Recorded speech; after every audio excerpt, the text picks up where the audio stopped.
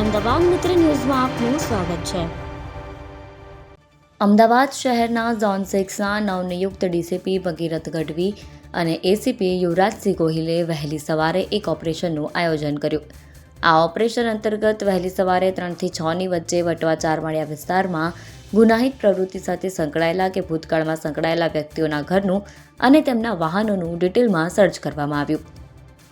આ તમામ ગુનાહિત પ્રવૃત્તિ સાથે સંકળાયેલા જ્યારે ઊંઘમાં હતા ત્યારે સમગ્ર ઝોન 6ની ટીમ કે જેમાં એક ડીસીપી, એક એસીપી, 10 પીઆઈ, 15 પીએસઆઈ, 250 પોલીસ જવાન તથા 50 હોમગાર્ડના જવાન પ્લાનિંગ સાથે સમગ્ર ચારમાળિયા વિસ્તારને કોર્ડન કરી એન્ટ્રી એક્ઝિટ પોઈન્ટ પર ચુસ્ત પોલીસ બંદોબસ્ત ગોઠવી જાણીતા ગુનેગારો, બુટલેગરો, એનડીપીએસ તથા શરીર સંબંધી ગુના કરવાની ટેવવાળા કુલ 100 જેટલા આરોપીઓને તેમના ઘરને અને તેમના વાહનને જુદી જુદી ટીમ મારફતે ચેક કરવામાં આવ્યા। આ ઓપરેશનમાં 3 ડ્રોન, બોડી કેમેરા, હથિયારો, વાહનો તથા લાઠી હેલ્મેટ સાથે તમામ અધિકારીઓ અને જવાનો સજ્જ હતા।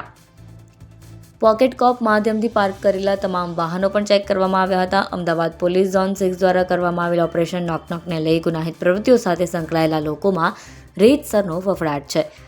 વહેલી સવારે 3 થી 6 દરમિયાનની પોલીસની આ કામગીરીથી ગુનેગારોમાં ફફડાટ ફેલાયો હતો। આ ઓપરેશનથી પોલીસ એક જ સંદેશો આપવા માંગે છે કે તમામ અસામાજિક તત્વોના દરવાજા ઉપર કોઈ પણ સમયે પોલીસનું નોકનોક થઈ શકે છે, પછી તે સવાર હોય, બપોર હોય, સાંજ હોય કે રાત। અમદાવાદ ઝોન 6 પોલીસની આ સરાહનીય કામગીરીને પગલે ગુનાહિત ઇતિહાસ ધરાવતા બુટલેગરો અને અસામાજિક તત્વોમાં ફફડાટ ફેલાઈ ગયો છે।